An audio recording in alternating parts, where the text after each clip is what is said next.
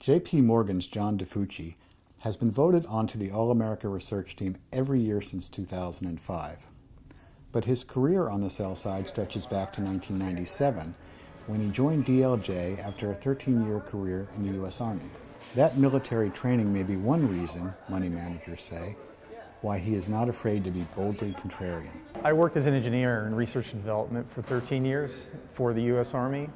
As an engineer, you take a number of factors that are facts and you try to think of some kind of logical progression to come to a conclusion. You actually build things, you test them, and then you field them. As I got older, I actually thought more and more about finance. I never really thought about it when I was younger. In my 30s, I decided to go back and get an MBA. I got the MBA, and at that point it just made sense to move into this field, which was the whole reason for getting an MBA. There's several things that are very unique to software. One is you're selling to enterprises primarily. There's a consumer segment, but Microsoft cornered that market in the 80s and 90s. That's past. There's a few other companies that sell to consumers, but most companies sell to enterprises. There's a license plus maintenance, or now there's the SaaS model, where there's this recurring revenue stream.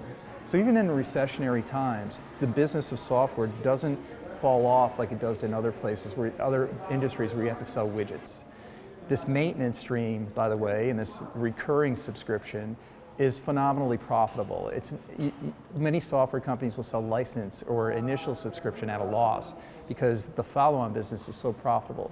So in recessionary times, profit even goes up for software companies. There's no other industry like that in the world. I've looked for others because I can't invest in software companies myself, and I can't find any. So it's an exciting industry. The most challenging aspect of being an analyst in this economic environment, especially a software analyst, is the macroeconomy. I mean, you have to deal, even for software, even for tech, the macroeconomy is playing more and more relevant a role. The exciting thing about software is there's still secular pockets that are really exciting. So things like this concepts of big data, and by the way, there's a lot of hype surrounding these concepts, but they're real too. Things like SaaS, software as a service. It's been around for a while, but there are reasons why some of these companies will continue to do. They're disrupting the market. They're expanding to the market to a segment of the population, of the corporate consumer population that couldn't normally consume enterprise class technologies. That's the small and medium business.